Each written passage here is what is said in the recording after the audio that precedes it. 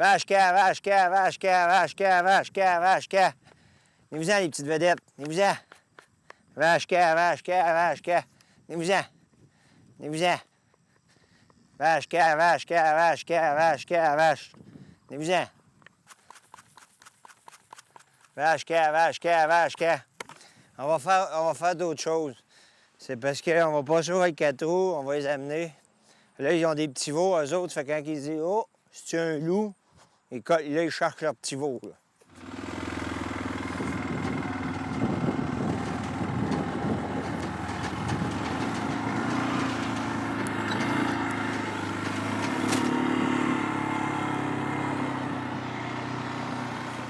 Je laisse toujours conduire ma blonde. Elle est bien plus vite, plus productive que moi sur le 4 roues. C'est bon, ça, hein?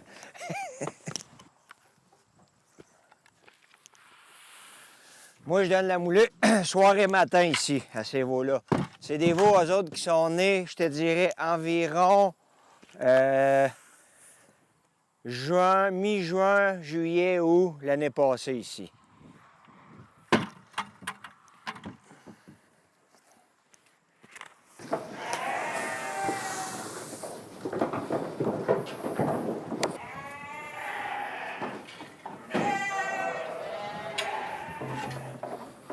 Attention, choupette. Attention, Charlie Brown.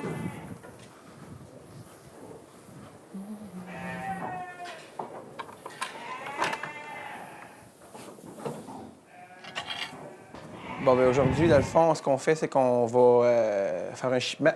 On a 35 agneaux qui s'en vont pour Cookstown, en Ontario. C'est toujours la destination de nos agneaux. Fait qu'on fait environ, je te dirais, aux 2 semaines, en moyenne, on a un transport qui s'en va. Puis c'est toujours entre 35 et 70 agneaux qui s'en vont par 2 semaines. Fait qu'ils partent à 9 h le matin, puis ils vont arriver là-bas vers 5 h. Puis c'est ça, ils vont être vendus le lundi matin à l'encan de Cookstown. C'est une journée juste pour les agneaux. Ça, c'est des restants, mettons, de mon printemps. Fait que l'été, c'est toujours plus dur d'engraisser des agneaux, ça c'est sûr, avec les chaleurs, les mouches et les gna. Fait qu'ils grossissent moins rapidement. Fait que là, c'est des agneaux d'environ 4 mois et demi, 5 mois qui s'en vont. Puis ils pèsent environ 85 livres. Fait que c'est toujours, on se tient toujours dans ces poids-là, d'agneaux légers le plus possible. Fait que ça ressemble à ça. Fait que c'est des agneaux qui s'en vont pour faire de la viande. Nos animaux sont en général sont vraiment tranquilles. On vient souvent les voir. Puis, il y a des troupeaux qui arriveraient de même dedans, ça partirait tout en courant. Là. J'en ai déjà vu là, qu'on ne pouvait vraiment pas approcher. Moi, j'aime bien les couleurs toutes unies. À l'encan, les acheteurs préfèrent ça. Par exemple, un Angus rouge, c'est tout rouge. Un Angus noir, c'est tout noir. Je trouve que c'est des... Ils sont beaux, puis ça mange un petit peu moins aussi. C'est plus rustique. On a moins de problèmes au vêlage. Ça fait des petits veaux vigoureux. Je trouve qu'ils s'en sortent mieux. Vita! Vita! Vita! Vita, les vaches!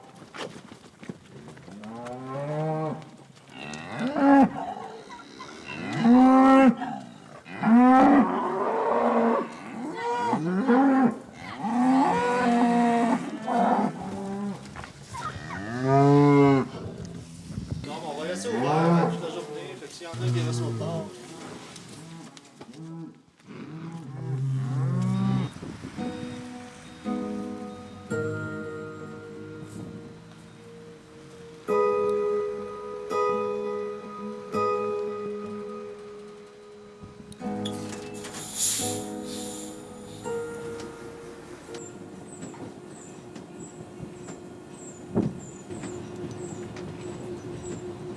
Une fois que le camion il est reculé là, il va décharger.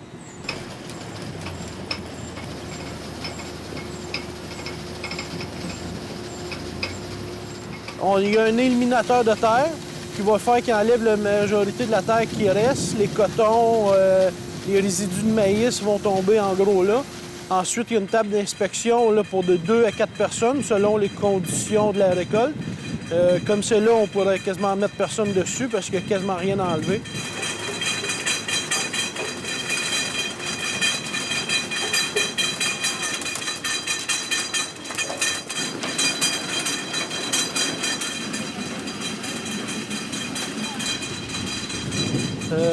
Ensuite, les convoyeurs bleus, c'est pour transporter les pommes de terre là, jusqu'au bâtiment d'entreposage.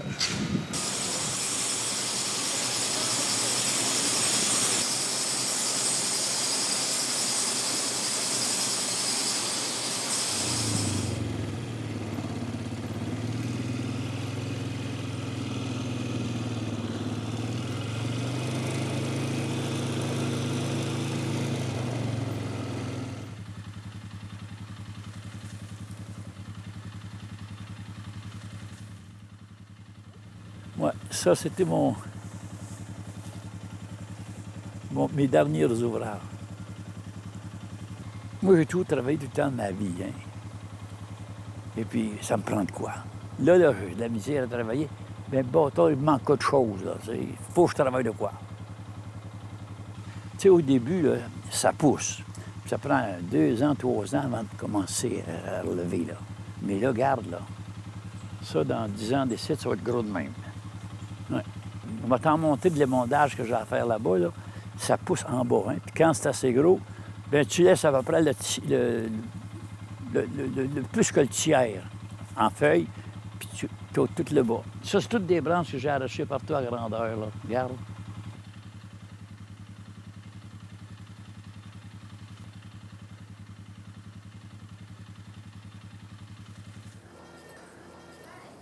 OK. Fait que moi, mon travail là, depuis 5 ou 6 ans, là, c'est de nettoyer les vaches, puis donner le foin, donner l'ensilage, puis donner à mouler. Après ça, normalement, mon travail est fini à la ferme. Là. Ils appellent ça être en semi-retraite. Pas sûr, là, mais en tout cas, c'est ce qu'ils me disent.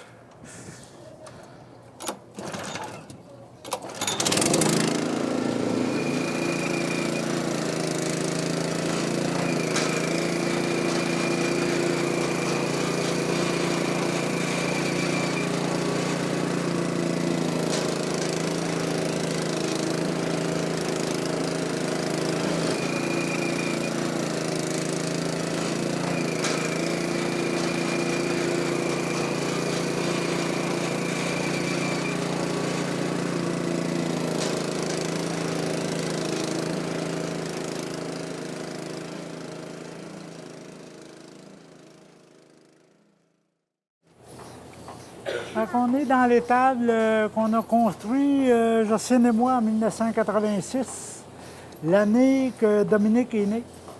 C'est maintenant, il est propriétaire majoritaire de la ferme. C'est un hasard, mais on n'a plus, au niveau des étables, on n'a plus aucun bâtiment que mon père avait construit. Mes parents, mon père et ma mère, sont arrivés ici à la toute fin des années 30.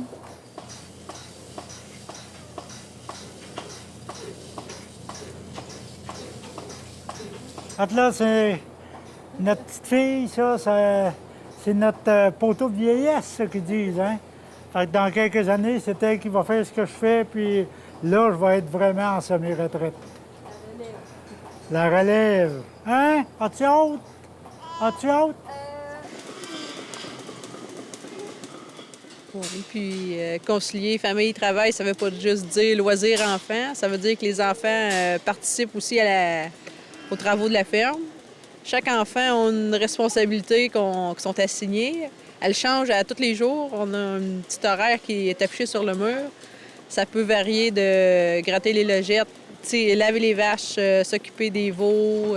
Personnellement, je trouve que ça leur montre comment travailler aussi là, plus tard, là, en sachant qu'il a peut-être joué dans la vie, mais il faut qu'il travaille.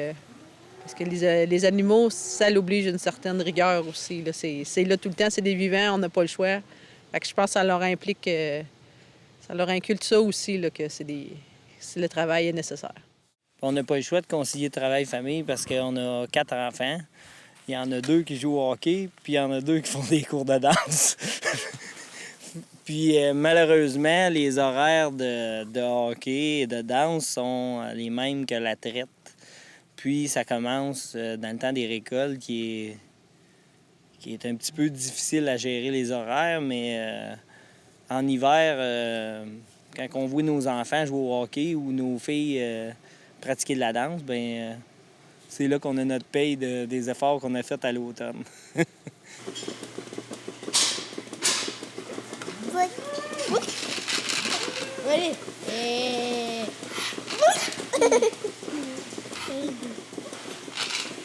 La traite, on lave avec le petit papier ici. On désinfecte pour enlever vraiment toutes les petites bactéries. On laisse un petit peu le temps de reposer, que le lait descende. Après ça, on insère la treilleuse. Quand la vache se traite, quand elle finit, le retrait automatique l'enlève, il la détecte puis il l'enlève tout seul. Puis après ça, on met le bain de traillon pour empêcher les bactéries de rentrer dans le petit sphincter.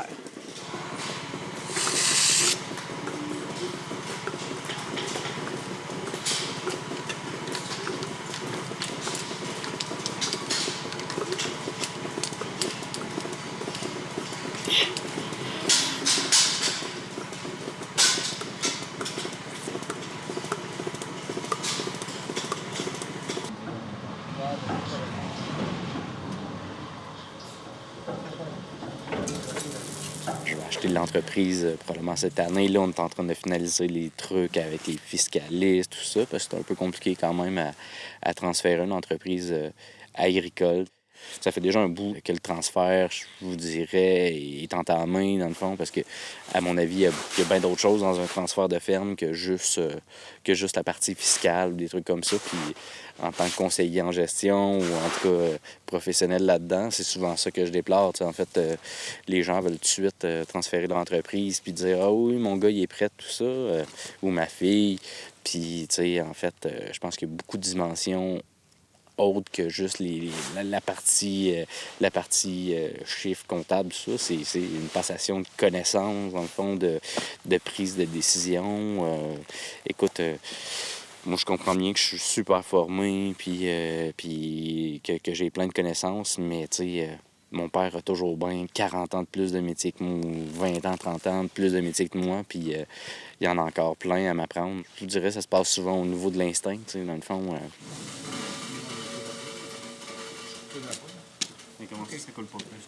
La famille Lafont, en 2015, a été nommée famille terrienne en Abitibi-Témiscamingue. C'est un prix qui est décerné au niveau du syndicat des agricultrices de l'Abitibi-Témiscamingue. Et cette année, ils ont choisi la famille Lafont parce qu'on est une famille, qu'on est 5 enfants, dont 4 en agriculture, et plusieurs d'entre nous, nous sommes impliqués en agriculture ou dans divers comités en région. Fait que ce prix-là a été décerné au niveau de la famille Lafont. J'ai reçu un coup de téléphone parce que la présidente des syndicats des agriculteurs du Témiscamingue nous demandait si on acceptait c'est pas un concours, c'est un choix qu'ils ont fait de l'inviter, puis on a accepté. C'est une reconnaissance. Notre implication, puis notre... comment qu'on a fait pour transmettre ça à nos enfants, l'amour de l'agriculture. Il n'y a rien de magique, hein? C'est qu'ils nous ont regardé faire, puis ils font un peu ce qu'on avait fait en avance. Puis je crois qu'aujourd'hui, la relève, c'est très difficile. Puis que nous autres, on en a 4, ben c'est bien, c'est même très bien. On est bien fiers de ça.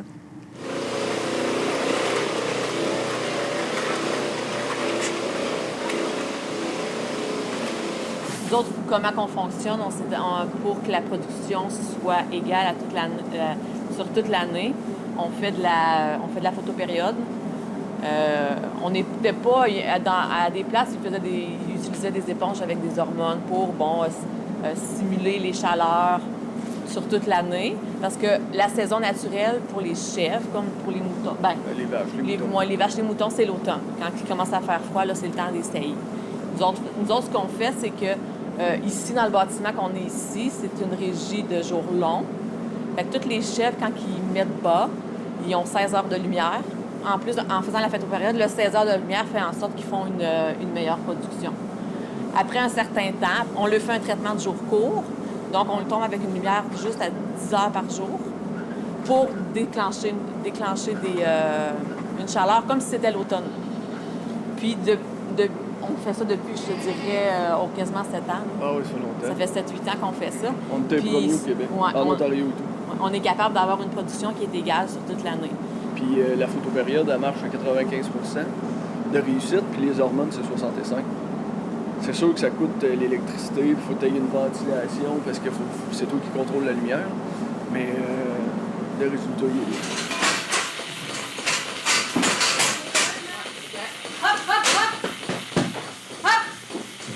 Je suis devenu agriculteur parce que j'ai grandi en agriculture pour ma part à moi. Puis moi, vraiment, j'ai eu une enfance en agriculture.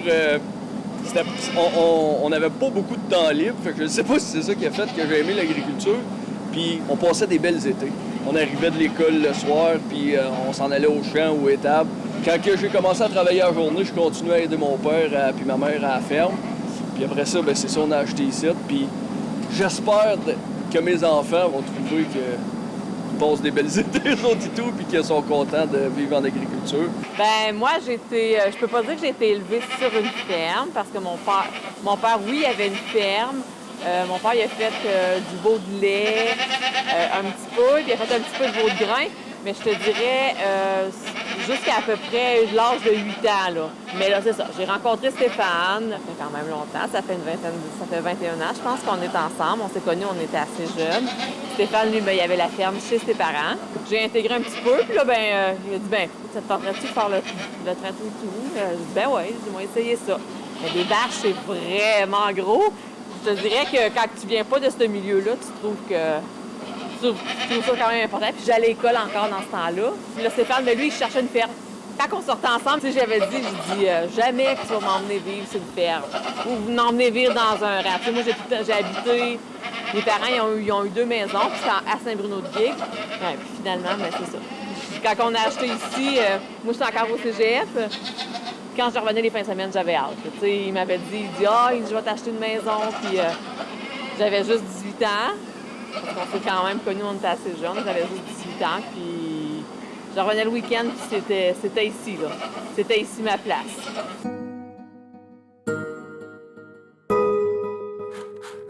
Vita! Mot! Mot!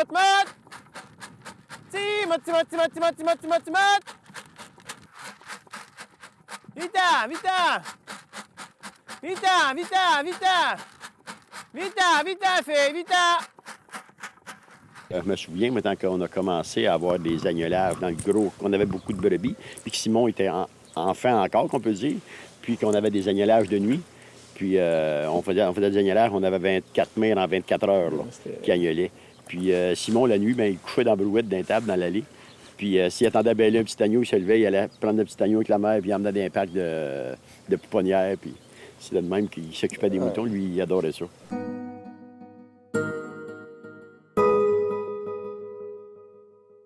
Moi, je suis natif de Lorrainville. J'ai grandi sur la ferme de mes parents, la ferme Barry Bonlait. C'est ça qui a fait qu'aujourd'hui, je suis un producteur laitier. J'ai tombé dans la marmite, puis comme Obélix, puis je vis pas rien que pour ça, mais j'adore ce que je fais. Moi, quand j'étais tout petit, je partais avec mon père. Souvent, quand c'était en tracteur, j'étais assis sur l'aile avec lui. Les petits veaux, les vaches, et nous autres, tout jeunes, on travaillait autour de ça, on se promenait autour de ça. Les gens pouvaient dire que c'était dangereux, mais moi, aujourd'hui, je le pense pas encore parce que en grandissant là-dedans, les animaux nous connaissent. Nous autres, on apprend à les connaître bien jeunes. En étant toujours autour de ça, bien, on apprivoise ça, puis on se fait apprivoiser par l'agriculture au complet, puis ça va bien.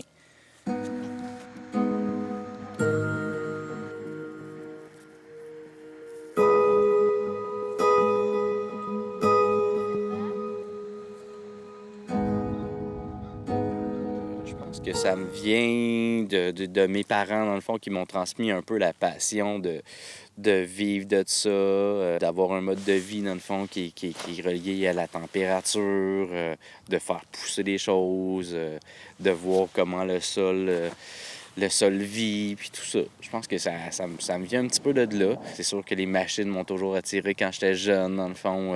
Je pense que mes premières passions, c'était peut-être un peu ça, là, à 7-8 ans, dans le fond, quand je voyais mes frères et sœurs qui, eux, avaient le droit de conduire le tracteur, ben, j'avais donc bien hâte de pouvoir commencer à faire ça, moi aussi. Puis c'est drôle parce que ça évolue, dans le fond, de par ma formation, puis les affaires que j'ai faites dans ma vie, bien, on dirait que les machines sont moins importantes maintenant. Puis c'est bien plus tout ce qui est relié, je pense, à faire pousser des trucs, à comprendre la science de l'agriculture qui, semble simple, mais c'est vraiment très complexe. Puis c'est à peu près ça qui me motive de plus en plus à faire ça. Puis à en vivre, bien, je pense que c'est un beau patrimoine à laisser à mes enfants et c'est super le fun de pouvoir prendre le côte à côte ou le 4 roues puis aller faire une petite ride avec ma blonde puis ma petite fille, dans le fond, qui trippe bien raide d'aller faire ça. Ça fait partie de tout ça. Écoute, les grands espaces, être en campagne, chauffer au bois, c'est drôle, mais c'est plein de petits trucs comme ça que je trouve vraiment trippant, en fait, là. Fais-y, fais-y, piton.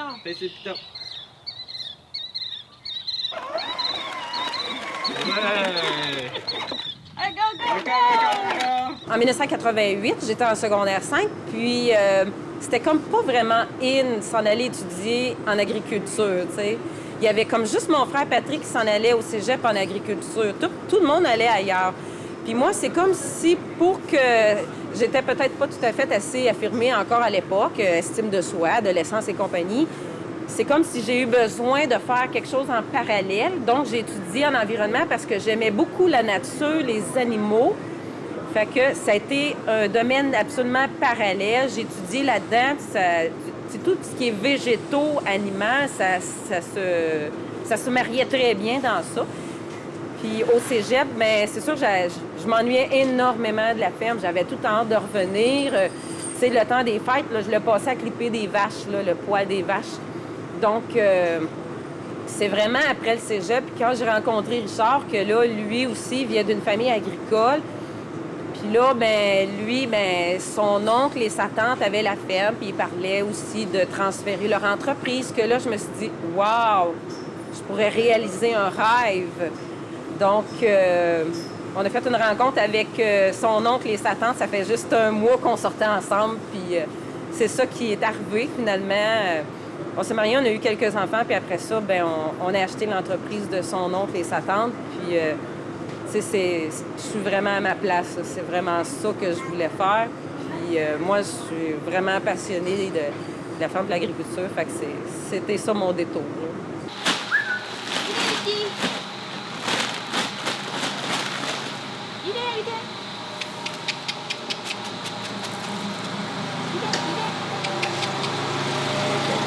Plus jeune, j'avais comme un petit penchant un petit peu plus mécanique. J'ai fait ça un petit peu à la ferme. J'aimais ça, mais à un moment donné, j'aimais aussi le côté entreprise, les animaux, les champs, la gestion, tout ça. Fait que j'ai délaissé un peu le côté mécanique pour m'intéresser plus à l'entreprise dans son global. Fait que au fil des années, à un moment donné, tu découvres c'est quoi ton projet de vie. Moi, c'est comme ça que ça s'est enligné aussi. C'est que moi, je suis né ici, sur cette entreprise-là. On a grandi, on a vu grandir ça. Puis quand, en 1973, là, c'était le boomtown à Belgium, tout le monde allait à Belgium, tout le monde allait faire de l'argent. Puis, écoute, j'ai pas manqué à la tâche, j'étais allé voir qu'est-ce qui se passait là. J'ai fait 4 ans avec eux pour dire à mon père, au bout de 2 ans, là, regarde, la terre, moi, je veux rien savoir de ça. Regarde, la construction, là, c'est merveilleux, tu verras comment que ça roule. Là, tout d'un coup, rendu à la 3e année, moi, je pensais monter beaucoup plus vite que ça au niveau de la compagnie là-bas, mais là, je me ramassais toujours au pied de l'échelle, puis « Ah, toi, t'es jeune, va faire ça, toi, t'es jeune, va faire ça », mais je savais que j'avais plus de potentiel que ça. C'est pas que je n'étais pas capable, sauf que je me sentais pas à ma place. Je me disais, mon père, il a élevé 9 enfants sur une entreprise qui fait de la pomme de terre, du lait. C'est pas vrai que je suis pas capable de trouver ce que je peux faire là de nouveau. J'ai toujours vécu dans l'espoir de faire mieux. Puis j'étais en première année au primaire, puis ils nous avaient remis un livre sur l'ordre du mérite agricole, que je me rappellerai tout le temps. J'avais tout feuilleté ça, puis il y avait des entreprises de Moffett, de Barreau, j'avais tout lu ce qui se passait, puis pourquoi qu'eux autres performaient. Fait que la piqûre, toujours était là. C'est dans moi. Là, j'ai 60 ans, puis c'est comme... je suis encore comme au début.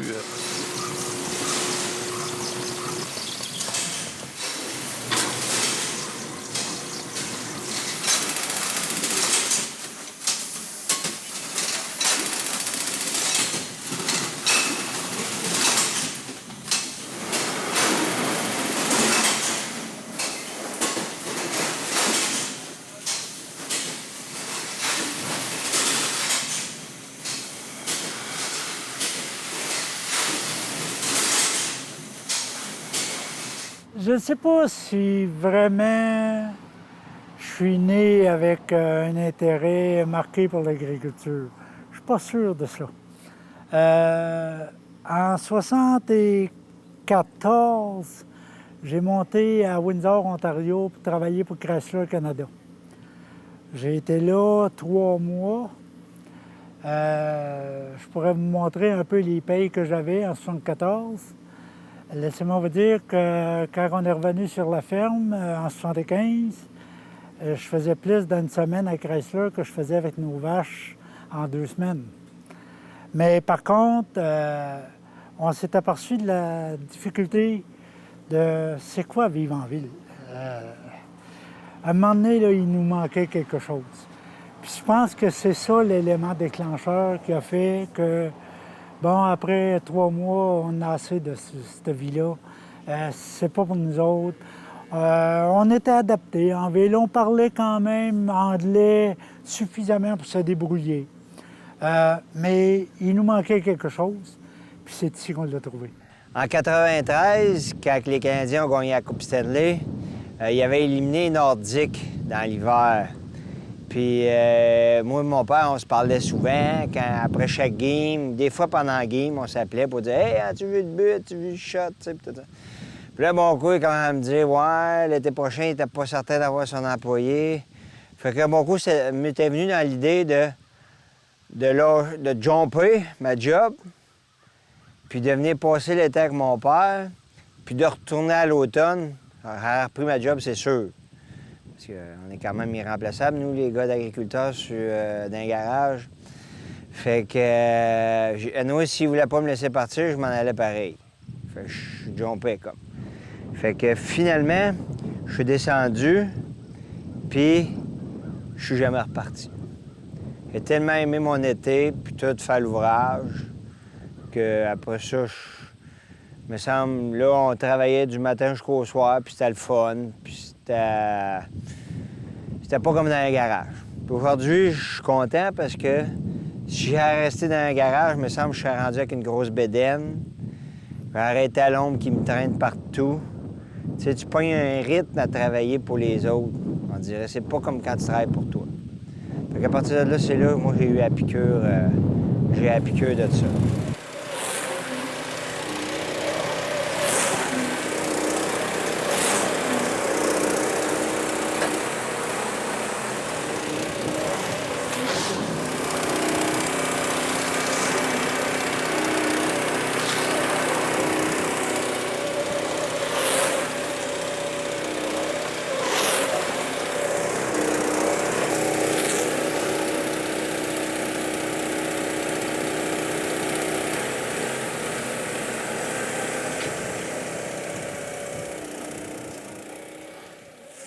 Moi, je viens de Vaudreuil. Mon père, il a sa terre là-bas, puis je voulais une ferme moi aussi. J'ai parti pas mal de là. Pourquoi je suis au Témiscamingue? Là, on avait entendu parler des terres qui étaient plus abordables ici que dans la région de Montréal. Puis, autour de Montréal, je voulais acheter une terre aussi. Puis, on avait regardé ça ensemble pour s'établir dans cette région-là. Puis, c'était peut-être pas évident, là. Une petite terre là-bas, c'est 5 fois le prix d'une grosse ici. Bon, c'est pour ça qu'on est attiré dans le coin ici. Puis la première fois qu'on est venu, on est retourné à Montréal. On voulait jamais revenir ici. On n'était pas question. C'était ben trop loin, puis ça n'avait pas de bon sens. Mais on est revenu une deuxième fois. Et là, la deuxième, par exemple, là, c'était plus pareil. Là, la troisième, je pense qu'on a déménagé. On est venu 3 fois, puis... Toi, t'es venu 3 fois. Moi, la deuxième fois, je suis venue ici, mes meubles t'as déjà rendu ici. Ouais, c'est ça. En tout cas. Puis j'avais dit... moi, j'avais dit, la première fois qu'on est venu ici, quand ses parents, ils habitaient ici, parce qu'on a comme inversé, là, ses parents, ils nous avaient laissé la terre à Vaudreuil avec des vaches là-bas. Puis on était venus les voir, puis c'était novembre, c'était au mois de novembre, il neigeait, il faisait froid. Puis là, moi, j'avais dit jamais on va déménager au Témiscamingue. Alors maintenant, quand je dis jamais, ma mère, elle me dit Non, mais c'est ça. Mais... Ben, c'était peut-être l'idée à mon père, dans le fond. Finalement, il est venu ici, lui, en premier, c'est ça. Il a acheté la terre ici. Il est resté ici 1 an, puis il est retourné là-bas, chez eux. Fait que là, on a comme fait le switch. Il dit là, retournez là-bas, vous allez voir, vous allez être bien. Allez passer un été là, puis... là, OK, là, ça nous tentait, nous autres. C'était un peu l'aventure, hein, puis... c'est ça qu'on a fait. On est revenu ici, puis... depuis ce temps-là, là, on a bien de la misère à retourner à Montréal, dans la région de Montréal. Quand on y va, on a hâte de revenir, puis on a juste ça dans la tête. On part, puis on veut déjà revenir. Fait que finalement, on y va vraiment de moins en moins. Ça prend des grandes occasions pour qu'on se déplace. Là, notre vie, finalement, est ici. Là, je pense bien qu'on prend assez à coup de 10 ans, mais là, un autre 10 ans. Là, des 10 ans, à un moment donné, on n'a pas tant que ça d'une vie, puis... c'est ça. C'est ici, je pense, qu'on va continuer à élever nos enfants, puis... Qu'est-ce que t'en penses? T'es-tu d'accord avec ça? Ah oui, c'est correct, je te suis. Ça va. C'est ça. Qui prend paix. Marie prend pays, ouais, c'est ça. Je pense souvent à celle-là, du coup d'on. C'est moi qui t'ai marié, c'est ça? Ouais.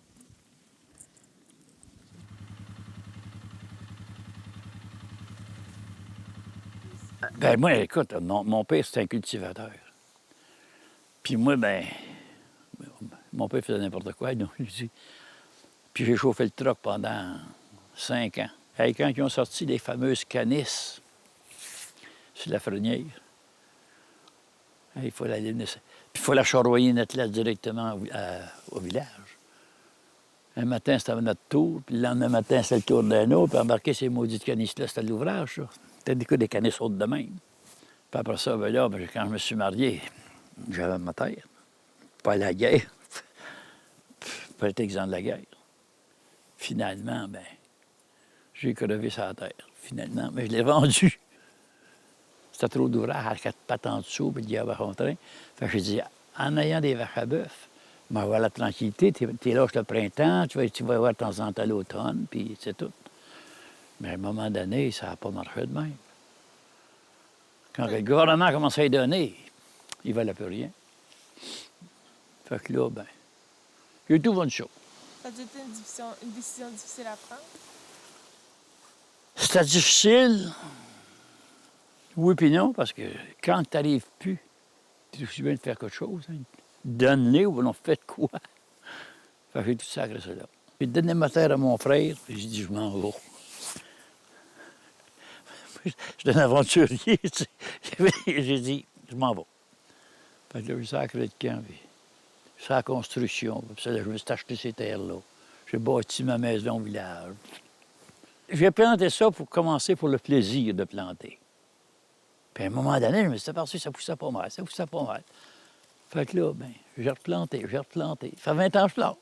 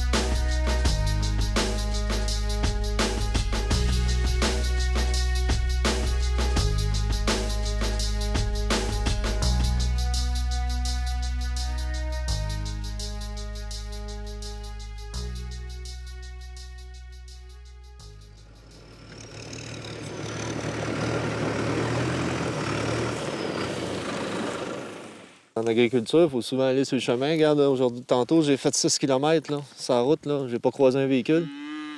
Ça terre mon père, ça fait 6 km. Là, tu peux en croiser facilement une centaine là, en 15 minutes. Là. Fait que c'est pas la même chose. Là. Faut toujours faire c'est un petit peu plus de pression, un petit peu plus. Il faut toujours regarder à droite et à gauche. Il est toujours en train de nous dépasser. C'est des boulevards. Tu sais, être en tracteur, c'est un boulevard. C'est pas comme un cul-de-sac en gravelle à la tulipe. Là. C'est vraiment, là, c'est beaucoup plus paisible ici. On est plus à l'écoute, je pense. La nuit, on entend s'il y a un chien qui jappe, on l'entend, là. À Vaudreuil, là. On entend l'autoroute. T'entends une autoroute, t'entends des avions. C'est toujours du bruit, c'est pas croyable. Là. Il y a 3 semaines, on est allé faire un tour en ville chez la sœur à Vicky qui habite en campagne. Mais que toute la nuit, t'entends des véhicules, puis c'est pas croyable, là. Pour ça, je dis qu'en région comme ici, le Témiscamingue, c'est pas mal plus, je pense, adapté pour l'agriculture. Je pense qu'il y a plus de tolérance aussi. Bien que, tu sais, il y en aura partout, là, du monde, là, que ça fait pas leur affaire. Là, mais tu sais, je pense qu'on est plus en... On est plus en campagne. Oui, on est en campagne, c'est ça. C'est la vraie campagne. Ouais. Ouais. Moi, je suis la 4e génération sur la ferme. Mon arrière-grand-père, Joseph, a acheté ça en 1920. Et après, il y a eu mon grand-père Louis. Après ça, Germain et moi. Est-ce qu'il va y avoir une suite? On ne sait pas. Aujourd'hui, le contexte de l'agriculture, c'est mondial. Au niveau du le soutien de l'État, bien, il veut se retirer. Moi, je dis que c'est une grave erreur, là. Mais en tout cas, regarde, on ne peut pas changer le monde à nous autres seuls. Quand on prend la relève agricole, je te dirais, on a quand même une certaine pression. Il dit, ben toi aussi, il faut que tu réussisses, tu sais, aussi bien que l'autre avant, ou mieux que ça. J'ai accéléré un peu le processus de se moderniser pour faciliter l'ouvrage. Ça a un petit brin, hein, mon ordi. Au niveau de l'équipement pour peser, manœuvrer les animaux, c'est la 2e année qu'on travaille avec ça. On a acquis ça vient de l'Ouest aussi. Ils sont pas mal spécialisés dans le bœuf. Eux autres, ils en ont quelques millions de vaches comparativement à 275 000 au Québec. Là. Ce qui est bien agréable, c'est que ça peut tout faire, ça. Si on a besoin d'aller jouer en arrière, on baisse la chose ici. On veut faire sortir l'animal par-dessus le côté, on rouvre la porte. Ces 2 côtés, c'est pareil. Faire boire un petit veau, on rouvre la porte du bas en coinçant l'animal comme ça, faire ça qui ne bouge pas trop, ça va super bien. Puis si on a des injections au niveau du cou à faire, parce qu'il y a un étire-cou qui va avec ça, là, qui plug là-dessus, mais il n'est pas comme ça, je l'ai pas installé. On a accès au cou de l'animal. Là, ici, j'ai agrandi mon couloir. L'autre but est ça, puis là, la porte au-dessus, ça marche quand on le fait sortir. Quand ça revient, ça passe tout direct. Quand le coup rentre, ça barre de même. Là, la balance est à 0. J'ouvre la porte.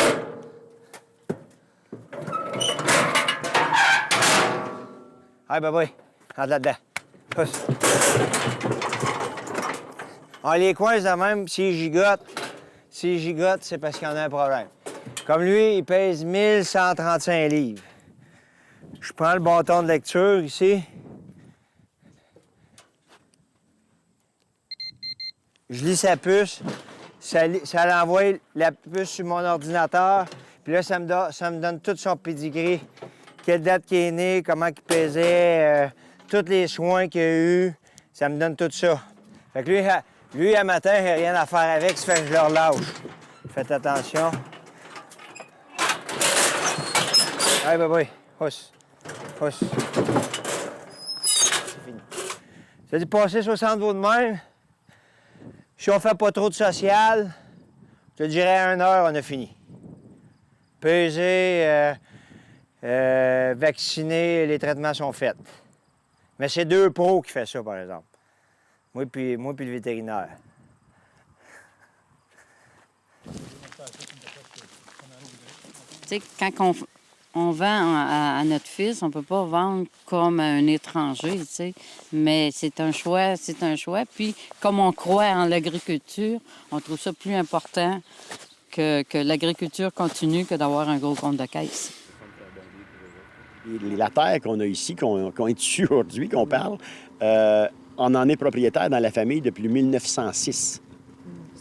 Dans la famille Rochelot, transféré à Gélina tranquillement. Et puis, moi, vendre cette terre-là, on me déchire en deux, c'est pas compliqué. Fait que vivre... Moi, ce que je veux, c'est vivre. L'argent, je m'en... en bon français. Fait que c'est ça que je veux. Vivre ici. C'est pour ça qu'on aimerait que ça continue. Mais c'est difficile en agriculture ces dernières années. C'est pour ça qu'on souhaite bien que nos enfants et petits-enfants n'aient pas trop de difficultés à continuer aussi. C'est un petit peu une remise en question qu'on a eue, de dire est-ce qu'on continue dans cette production-là, parce que vraiment, c'était une année assez difficile. Fait que ça en est venu, c'était un défi qu'on a dû surmonter à dire au niveau économique, là, parce que c'était pas facile. Puis ce qui nous a fait raisonner le plus, c'est qu'à un moment donné, dans ces années-là, on est ensemble, on parle, excuse les mots, là, ça va mal, calice, on va tout vendre ça, puis tu sais, là, d'un bout à l'autre. Mais Petite Fleur, à un moment donné, elle a dit... Petite Fleur, t'en rappelles-tu? Tu t'es mis à pleurer, puis t'as dit, moi, je vais pas rester au village, je reste ici avec mes moutons. Je suis bien ici. Ouais, ça nous a fait à un moment donné... Oh. Parce qu'un soir, on discutait, moi et Sandra, puis c'est ça. Elle a entendu une de nos conversations, puis justement, on parlait que ça allait pas bien, puis que, tu sais, des fois, un petit niveau de découragement assez élevé à un certain moment donné. Puis c'est ça, les enfants ont capté ça, puis c'est là qu'Anna Rose, elle nous a... Elle est arrivée en pleurant de sa chambre en nous disant « Moi, il n'y en a pas question, je n'irai pas rester au village, c'est tout petit dans le village, puis j'ai eu envie de courir, puis j'ai envie d'avoir mes animaux. » Fait comme, OK, regarde, peut-être qu'on vit moins aisé, peut-être des fois, puis c'est pas stable comme revenu, mais ce qu'on peut apporter à nos enfants, je pense que c'est un gros plus, là, de pouvoir... je veux pas, c'est une liberté, juste des grands espaces. Puis, Dieu montrer la vie comme ça, j'aime bien ça. Ben, j'aimerais ça avoir assez un gros troupeau pour que mes enfants vivent avec nous autres de la terre. Qu'ils aient assez de revenus pour qu'ils se fassent une paye. C'est faisable. J'aimerais ça être capable de devenir assez gros pour ça, là, pour faire vivre au moins un ou deux de mes enfants qui pourraient se bâtir une maison dans le rang ici, puis on continuerait l'élevage. Si le marché se maintient, si la tendance à continue comme ça, là, ça va être possible. Pourquoi pas? Si les enfants sont intéressés. Les enfants, ils sont intéressés, ils aiment ça. Ils veulent rester au Témiscamingue. Fait que faut leur créer leurs emplois pour ça, là, je pense. T'es comme ton père, tu veux que tes enfants soient intéressés? Ouais, les enfants sont intéressés. Moi, quand j'ai pris la relève, évidemment, mon père, à cause de la situation où on était, il a étiré un peu plus le temps. Pour moi, ça m'a facilité le transfert. Mon père, il avait le soutien de sa femme aussi, Denise, ma mère, que ça aussi, il y avait quand même quelqu'un d'exceptionnel aussi à côté de lui. Fait que, tu sais, ça l'aide aussi. Moi, mes enfants ont été très compréhensifs, mais je peux te dire aussi que je les ai pas empêchés de rien faire, dans le sens qu'ils voulaient faire du sport, on en faisait, ils voulaient faire de la danse, ils voulaient faire des activités, ils voulaient aller à des camps, on y allait, tu sais. Mais moi, me lever le matin, puis partir travailler toute la journée, c'est même pas un travail, là. C'est de l'amusement. Sauf que le monde qui vit avec moi, bien, des fois, ils veulent que je passe du temps avec eux autres aussi, ma fille, mon gars, ma blonde. Fait que c'est normal aussi que je regarde pour faciliter mon ouvrage, pour avoir du temps avec eux autres aussi. Ça, c'est avec ça qu'on contrôle le courant sur la broche électrique. On le met comme ça, puis on regarde s'il clignote. Puis ça nous donne la force du courant. Maintenant que j'ai à le couper, je pèse sur le piton, ça coupe le courant. Là, j'ai plus de courant. Fait que je peux la réparer. Si elle est cassée, je la répare sans poignée de choc. Puis là, au lieu d'aller virer à l'électrificateur, le dépluguer, cette affaire-là, j'ai fini, je remets ça dessus. Je pèse dessus, puis ça repart. Il y a une fois que ça n'a pas fonctionné. Je pensais que le courant t'a coupé. À crée-moi, tu fais le saut. Ça fait que j'ai remis le testeur dessus, effectivement, il n'était pas coupé. Elle l'a recoupé, elle l'a laissé longtemps dessus. Là, j'étais certain de mon coup, là, j'ai travaillé sa broche. Mais il y a une fois, ça n'a pas fonctionné. Ben, à un moment donné, je sortais du fumier avec mon garçon le plus vieux, puis je le vois arriver avec son tracteur, puis le trailer de mon père, il était décroché. Et là, il arrive, il me check, là, je dis, je fais ça de même. Et il dit quoi? Je dis, ben, regarde en arrière, il check. Il n'y avait plus de trailer de mon père, tu sais. J'ai dit, il est où le trailer de mon père? Ah, mon plus vieux, il va être comptable, hein, puis je le laisse aller, lui. Il est mieux de ne pas rester sur la ferme trop, lui. Fait qu'on l'a ou on l'a pas, hein? Es-tu bonne? Elle était bonne, celle-là.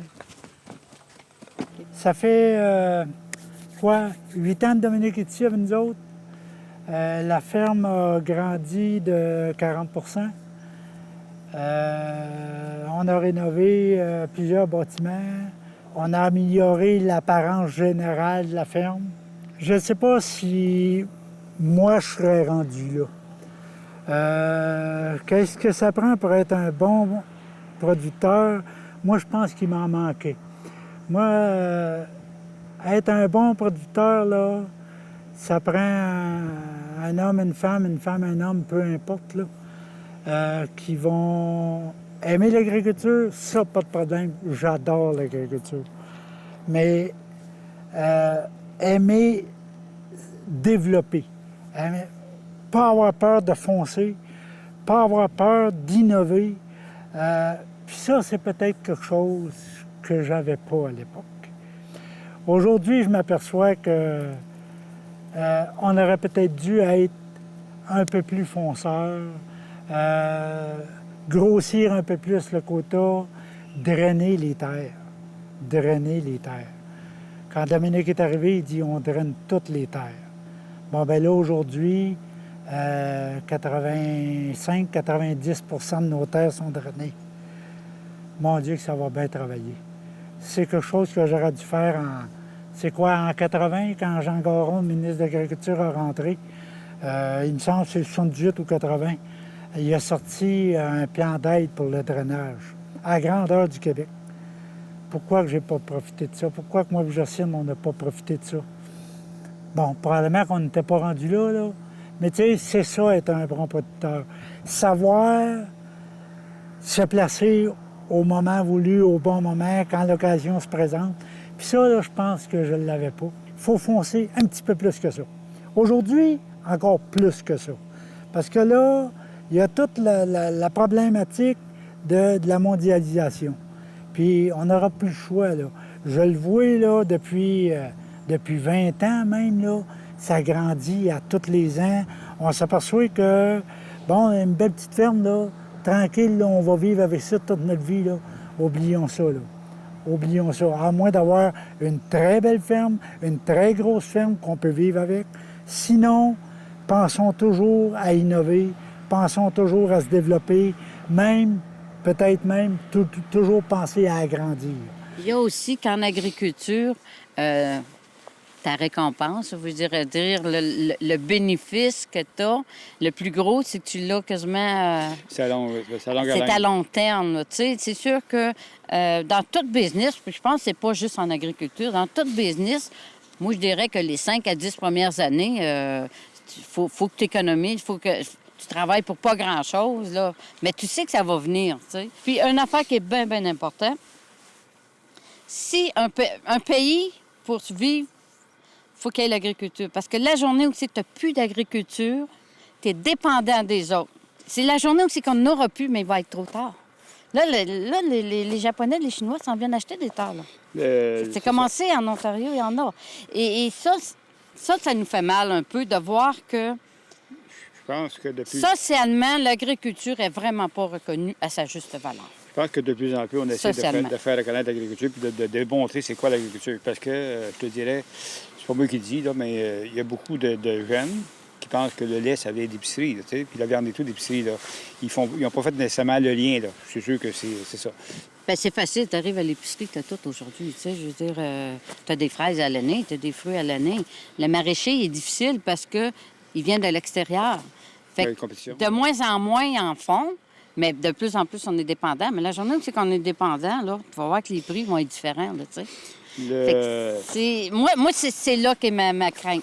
Le libre-échange, comme c'est là le cours de Trans-Pacifique. Ah, c'est de ma soeur, ça. Le libre-échange, c'est dangereux, tu sais, là. Fait que c'est ça qui est spécial qu'on vit aujourd'hui. C'est ça qui nous guette pour l'avenir de l'agriculture. Jusqu'à date, on a fait principalement de l'avoine, puis là, on a fait réaliser à mon gars que c'était du gruau. Ouais, puis là, il y a 2 ans, il s'en va en fête à ma mère, puis là, le frère à ma mère était là, il dit, coudonc, parce que là, moi, j'étais dans le champ en train de semer. Il est où ton père? Mais voyons, il somme du gruau. Lui, il avait oublié déjà l'avoine. Ouais, c'était bien bon du gruau, mais là, c'est encore bien meilleur du gruau. Ouais. Il dit, ouais, c'est ça, regarde, puis mon gars, c'est nous autres, ses parents, puis on est agriculteurs, puis c'est juste des petites choses comme ça que, ben oui, ça, là, c'est ça. C'est avec ça qu'on fait du gruau. Mais tabarouette, je dis, il faut bien être agriculteur pour pas avoir pensé à ça. C'est venu comme ça, puis on avait trouvé ça bien drôle. Ben, les enfants sont drôles. C'est pas compliqué. Oui. L'industrie la plus payante au Québec, si tu mets la transformation puis l'agriculture, c'est la plus grosse industrie au Québec qui génère le plus d'argent. C'est des milliards, puis qui engage le plus de monde. Fait que quand tu pars de là, si c'est la plus grosse industrie, il faut que nos gens prennent soin de leurs agricultures. T'sais. Moi, j'ai tout le temps pensé qu'on était les gardiens du garde-manger, de leur garde-manger. Tu sais, t'es le gardien de ton garde-manger, fait que prends soin de moi un petit peu, moi prendre soin de toi. Tu sais, c'est la cohabitation. Ouais.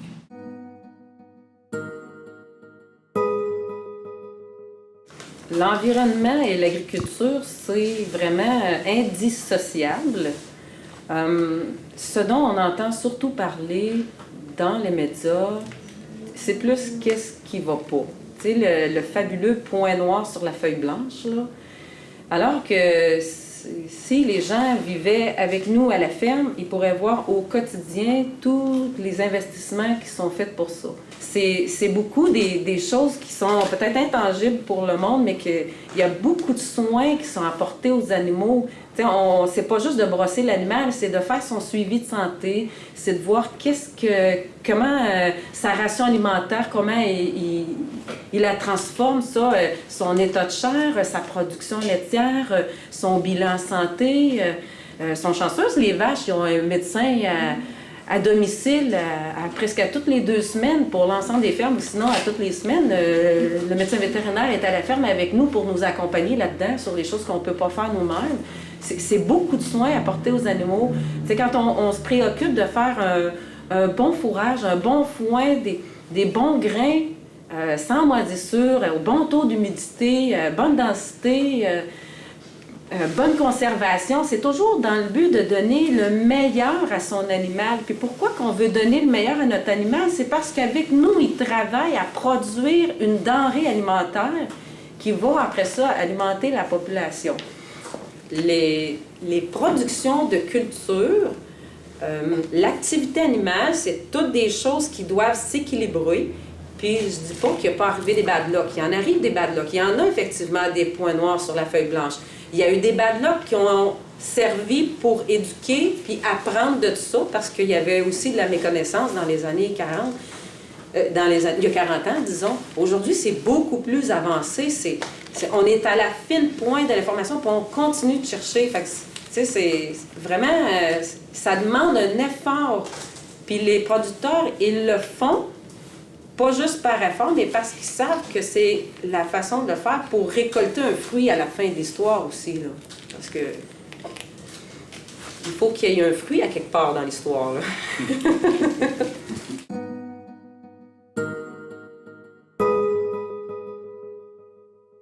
Nous autres, sur notre ferme ici, je pense que c'est pas mal de même sur toutes les fermes. On n'est pas exceptionnel aux autres. C'est des milliers puis des centaines de milliers de dollars qui ont été investis pour améliorer l'environnement. Ici, sur le bord du lac, nous autres, on a planté des arbres. Là, c'est 1500 arbres qu'on a plantés parce qu'on est conscient que le lac Témiscamingue, il faut le préserver. Fait qu'on a investi, on a mis des arbres, puisqu'il n'y a pas personne qui nous a demandé de faire ça. Puis toutes les fermes font des actions semblable à ça, dans le fond. Parce que pour vivre de l'agriculture, on n'a pas le choix de que tous ces moyens-là fonctionnent ensemble. Là.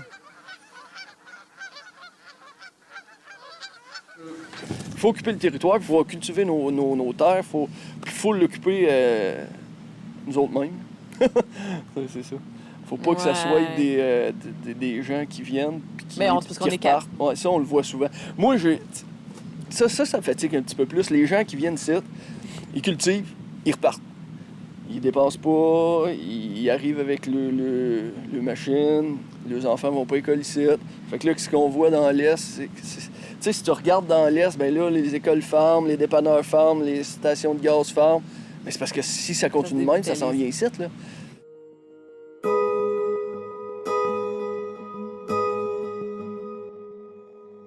Mais en même temps, le contexte économique dans le lait, c'est favorable pour la région beaucoup, là, versus faire de la céréale. Là, c'est pas parce que j'aime pas ça. Là. Je pense qu'on aime tout ça, chauffer des machines, puis faire de la culture, puis c'est intéressant. Mais avec le lait, on se permet aussi d'aller faire de la culture pour la consommer aussi à la ferme. Puis ça se trouve être un plus-value pour la culture. Là. Et puis, après ça, il n'y a pas juste les entreprises laitières, il y a des entreprises de transformation qui vivent de ça dans nos régions. Là. Il faut penser à l'économie de toute notre région et c'est plus favorable d'avoir des bonnes entreprises bien installées avec des animaux et des employés que des grandes cultures là, à perte de vue, où il y a quelques individus qui cultivent une grande partie du territoire. C'est versus qu'est-ce qu'on voyait là, 50 ans passés, d'un rang où ce qu'on reste, où c'est à la grande route, là, c'était des producteurs laitiers ou des producteurs de bœuf. Il y en avait beaucoup. À cette heure, il y en a de moins en moins. Puis l'économie, il faut la regarder de proche. Là. Le Témis, c'est tout petit. Ça serait génial qu'un jour, on soit une espèce de jardin. Finalement, l'agriculture au Québec, c'est ça, à mon avis. T'sais. On se bat à faire des produits, je vous dirais, de masse, alors que, dans le fond, on devrait... c'est mon opinion, mais alors qu'on devrait avoir des entreprises ou, en tout cas, des cultures spécialisées pour nos climats, dans le fond, puis qu'on se distingue de cette façon-là, parce que se battre contre des géants américains ou chinois ou des trucs comme ça, qui produisent je sais pas combien de fois ce qu'on fait, en fait. J'ai souvent l'impression qu'il y a un manque de volonté politique par rapport à ça. T'sais, on a des vieux outils, dans le fond, qu'on a mis en place il y a 30 ans, puis on vogue encore là-dessus, mais je pense qu'on aurait intérêt à essayer de trouver des solutions, dans le fond, à long terme, puis à se différencier, puis à mettre en place des outils pour promouvoir un petit peu cette diversification-là de notre agriculture. Fait que si on pourrait avoir des abattoirs, ça éviterait tous ces problèmes-là, puis tous les problèmes. Puis on parle qu'on veut éviter les gaz à effet de serre, puis qu'ils disent qu'ils veulent le transport, mais on continue à créer du transport sur la route pour rien. C'est ça qui est ridicule. Tu te dis, regarde, il y a tellement d'affaires qui pourraient être évitées, hein, mais c'est pas juste pour l'agneau, c'est pour le bœuf aussi. Hein. Il y en a plein de bœufs, c'est le bœuf alléchant, puis le Vitalipré, qui tu dis, si on l'arrête ici, ces producteurs-là, ils pourraient éviter bien des dépenses. Puis des fois, ce qui serait plaisant, c'est que ça créerait peut-être justement de l'ouverture de d'autres productions. Je sais pas, moi, s'il y en a une qui fait de la caille, puis que l'autre a fait du lapin, mais on pourrait venir avec une région avec encore plus de variétés, puis plus de personnes qui peuvent vivre de l'agriculture. Parce que c'est ça, l'emploi, ça serait intéressant pour l'emploi. Puis on a la région pour le faire. On a une terre pour accueillir ces éleveurs-là, ça c'est sûr. On a grand en masse. C'est pour ça que je me dis, une affaire peut attirer d'autres choses. On est une région agricole, puis je pense qu'on peut la faire marcher le plus possible. Puis en tout cas, moi j'aimerais ça, voir nos rangs se repeupler. Puis de revoir des fermes grossir, parce qu'il y a 15-20 ans, il y en avait plein. Il y avait peut-être il y avait des gentleman farmers, puis oui, ils font pas que de l'agriculture, mais ça faisait vivre nos campagnes aussi. Fait que si lui, il avait 150 brebis, puis que lui, il avait 20 vaches à bœuf, mais que, ça vient donner une vitalité à nos campagnes. Fait que moi, je pense vraiment que ça serait une belle chose pour nous autres au Témiscamingue, que ça amène ça. Puis justement, nos produits, on aurait une belle diversité de produits à offrir sur nos tables. On prône le touriste au Témiscamingue. Moi, le touriste sans agriculture au Témiscamingue, j'y crois pas. parce que je pense que la beauté visuelle du Témiscamingue fait en grande partie, c'est l'agriculture. Oui, on a nos lacs, là, mais je pense que le décor agricole en est pour beaucoup. Fait que je pense que de rajouter, justement, moi, je trouve qu'il manque de production animale depuis quelques années au Témiscamingue. Mais moi, je suis pas un gars de serrage, je suis un gars d'animaux, mais peut-être que c'est parce que je suis comme ça, mais je trouve qu'il manque de ça. De revenir un peu à ce qu'il y avait avant, là. Les animaux un peu partout dans les rangs. Fait que j'espère qu'un jour, on va pouvoir avoir un abattoir pour pouvoir se privilégier d'autres éleveurs puis d'autres productions. Moi, j'ai bon espoir qu'un jour, les productions animales, puis en particulier la production laitière, va revenir au Témiscamingue puis va croître. Si on regarde ce qui se passe du côté américain, les problèmes d'eau en Californie, la production revient dans les États du Nord, puis c'est l'eau qui va dicter. Ici, on a des sols argileux, limoneux, qui retiennent l'eau, on a des bonnes précipitations. Je suis convaincu peut-être que je vais trop loin, mais dans 30, 40, 50 ans, c'est ici qu'on va falloir qu'on produise le lait, parce que les États du Midwest américain vont devenir trop secs. Le climat change, la production se déplace sur le continent, mais à très long terme, je suis convaincu qu'on va continuer de conserver le potentiel qu'on a. La production laitière va devoir revenir dans nos régions. Elle a la queue sale, celle-là! Benoît! Tu veux, grave? Elle est excellente. Ah, mais la queue est sale!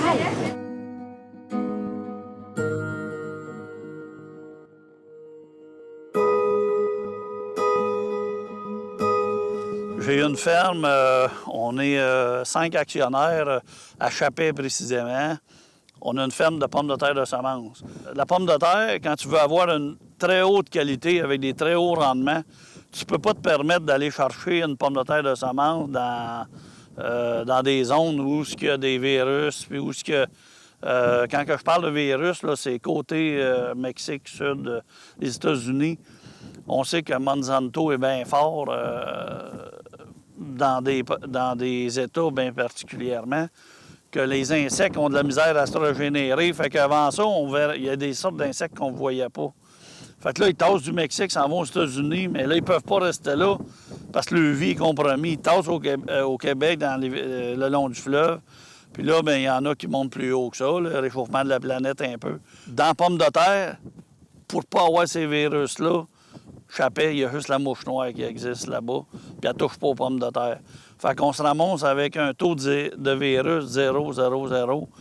Puis si on regarde alentour de Montréal, quand ils font de la pomme de terre de semence, ils ont droit de vendre jusqu'à 6-7 de virus. 6-7 de virus a un impact direct de 20 sur ma production l'année d'après. Là, l'année passée, on a vendu notre semence en Uruguay. Fait que puis on a des demandes, là, le Costa Rica, la République dominicaine. Fait que tu vois, quand on prend du marché, c'est pas la distance. Si tu regardes ces récolteuses-là, ça vient de l'Allemagne. Fait que c'est bien loin d'ici. Je regarde la Chine, c'est le plus gros consommateur de pommes de terre. Fait que moi, je me suis trouvé privilégié, je reste direct dans le milieu de ça. Fait que je suis chanceux. Moi, je souhaite que pour la région, oui, il y a du développement. Je le souhaite ardemment. Puis je souhaite aussi un appui de la collectivité, des citoyens, des riverains, des habitants, des autres économies de la région, de sentir que l'agriculture, c'est le maillon qu'il ne faut pas perdre. Parce que l'agriculture, ça répond à un des 3 besoins essentiels, c'est-à-dire se nourrir. Ça devrait être ce qu'on a de plus précieux à protéger. C'est le premier besoin, se nourrir. Hein? Ensuite, on se vêtira et on s'abritera. Mais il faut manger. Donc, je pense que c'est ce que j'aurais à souhaiter pour un territoire.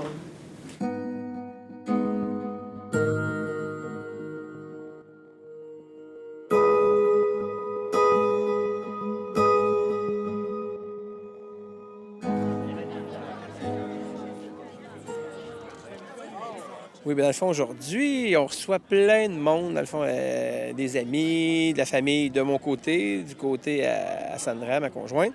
Puis c'est ça, fêter un peu la fin de l'été avant la rentrée des classes. Je pense que c'est une belle manière de débuter la saison automnale et hivernale qui s'en vient. Puis justement, de pouvoir... Là, on fait de l'agneau aujourd'hui. On a de l'agneau, on a du porc, puis on a de la dinde. Puis ce qu'on veut faire, dans le fond aussi, ce qu'on aime, c'est de faire découvrir l'agneau à nos proches en premier. Parce que l'agneau, c'est une viande un peu qui est méconnue, puis elle gagne à être connue aussi. Fait qu'en faisant ça, je pense que c'est un beau moyen. Puis oui, je pense que c'est important de pouvoir montrer aussi c'est quoi l'agriculture, puis un peu dans le milieu où on vit. Puis les gens, je pense qu'ils aiment ça aussi. C'est plus détendu, puis on a de l'espace. Un bélier, 40 brebis. Ça dépend de l'âge des béliers. Des fois, quand ils sont plus jeunes, qui ont 1 an et demi, on lui laisse une chance.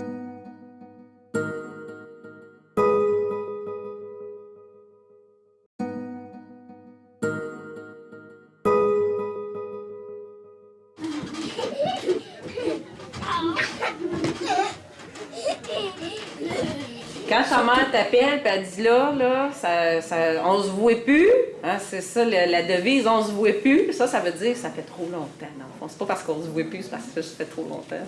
Fait que là, c'est la tournée des Ducs, là, tout le monde est appelé, puis là, c'est le dimanche midi au village, chez papy et mamie avec tous les petits-enfants.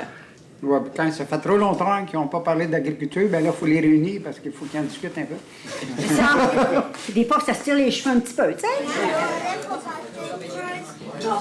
Non. La première tonne de maïs qui sortait du champ, elle s'en allait pour le gars qui louait. Okay?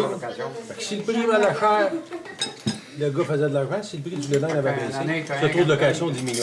Okay, là? Il y a une sorte d'entente. C'est une sorte d'affaire bizarre. Ah, au Québec aussi. Ouais.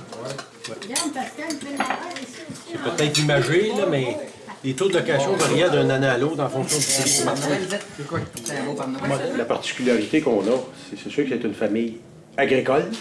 Même mon frère Luc, qui est mécanicien, il a quand même des bonnes connaissances agricoles, puis il n'a pas le choix, on y en remonte pas mal, là, tu sais. Il est quand même assez au fait de l'industrie agricole. Mais c'est sûr que nos soupers familiales, ça parle beaucoup d'agriculture. Puis en même temps, ça brise aussi l'isolement. C'est sûr que si on avait qu'un individu qui est producteur agricole dans la famille, probablement que dans les soupers de Noël, ça ne parlera pas d'agriculture, puis ça parlera de d'autres choses. C'est correct aussi, mais en même temps, on est dedans, là. Regardons en Chine, qu'est-ce qui se passe? C'est des employés à salaire minimum qui travaillent pour enrichir les actionnaires. On est tous des employés, mais le modèle, s'il s'en va de même, il s'en va vers ça. Je suis d'accord avec toi. Il faut faire attention. Ouais, faire attention aux relèves, parce que là, en ce moment, on est en train de casser la relève pour dire ils vont les rentrer, la relève de côté, mais combien de temps? Peut-être qu'il y en a trop.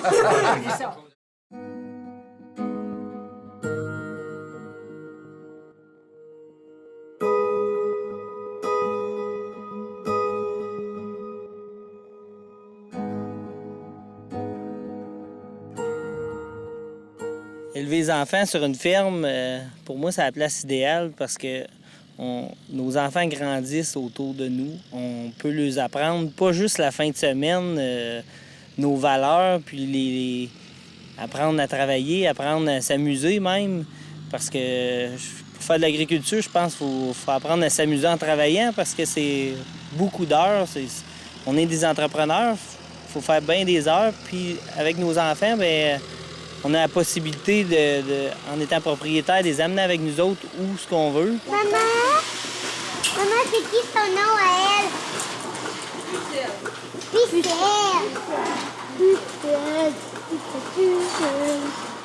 Puis, automatiquement, si on est fier de ce qu'on aime, de ce qu'on fait, puis qu'on aime ce qu'on fait, nos enfants, ils pourront pas faire autrement que d'aimer ça eux autres aussi.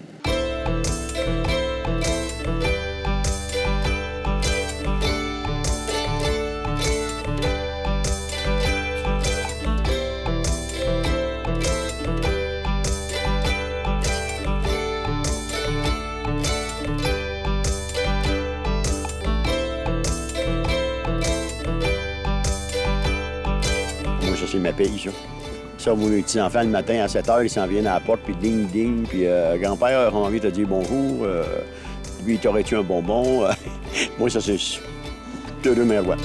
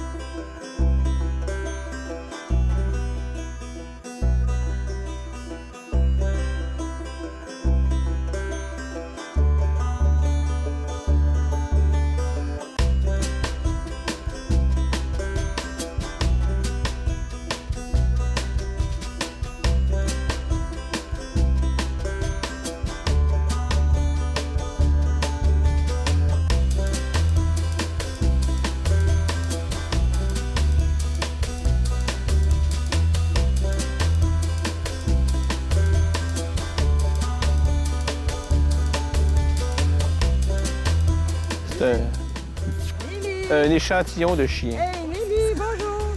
Ça, c'est un produit que c'est pour... on met ça sur les bobos, sur les vaches, pour que ça guérisse. Attention, le plastique cache. Oh, c'est gâteau! Oh, j'ai filé ça. Oh, c'est encore filé dans la marde!